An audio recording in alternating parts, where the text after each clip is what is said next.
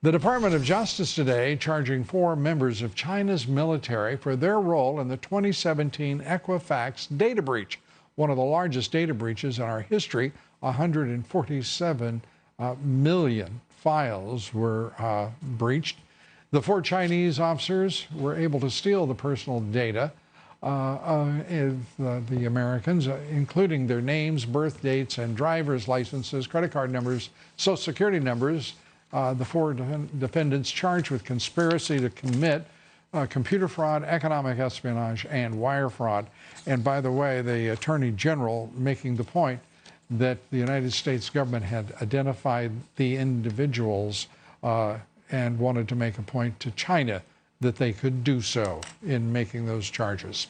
Well, joining us tonight is Congressman Jim Banks, member of the House Armed Services, Education, and Veterans Affairs Committees. Congressman, good to have you with us.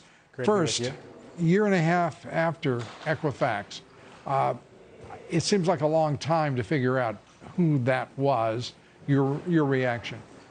Well, that's right, Lou. Up until now, I hadn't heard anything about potentially China being involved in the Equifax leak. But the American people now are becoming more and more aware of the dangerous and astonishing ways that the Chinese are infiltrating our data. And this is a pretty powerful example of that, a reason why the president's efforts to combat Chinese influence, both economically and militarily, is so fundamentally important to where we head from here as a country. And we have not seen any official government reaction. I mean, we're talking about as many as 147 million Americans. We're talking about the Office of Personnel Management back in 2015. Under the Obama administration, no reaction. Individuals in the military of the PRC being charged here. But how can there be no reaction to these kinds of huge data breaches and cyber attacks against the United States, our government, our companies, our institutions? You're absolutely right.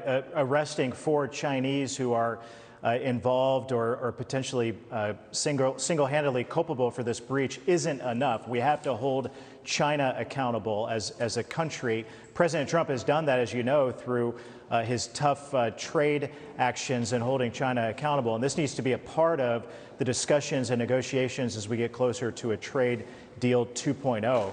But this is just skimming the surface. I mean, we're talking about about half of the American population whose driver's licenses, social security numbers, their dates of birth being infiltrated by this breach. But Lou, you and I have talked before about facial recognition apps, about biometric testing. There are several layers to this that the Chinese have taken advantage of Americans' data and personal information. We're getting hammered everywhere. I mean, we don't have to get too cute with the language here. I mean, we're getting hammered, and the president has been the only one to ever stand up and say exactly what's happening here. We are being played for chumps, fools, and patsies, and have been for quite some time. Secretary of State Pompeo saying competition with China is happening inside your state. It affects our capacity to perform. We are watching as a nation is infiltrating us, stealing our intellectual property, and there's no response. Now, I have to tell you, I am flummoxed at the Secretary of State's statements and squaring that up with our trade discussions. It is in exact opposition. Well, what the Secretary of State told the governors over the weekend is really unbelievable. That you're being watched by the Chinese. There have been reports that have already profiles written by the Chinese. I'm sorry, we're really jammed for time. We know that. What I'm asking you is, isn't this peculiar that this administration has this seemingly irreconcilable conflict? On the one hand, talking about national security threats that are existent and ongoing from the Chinese while negotiating a trade deal with the Chinese.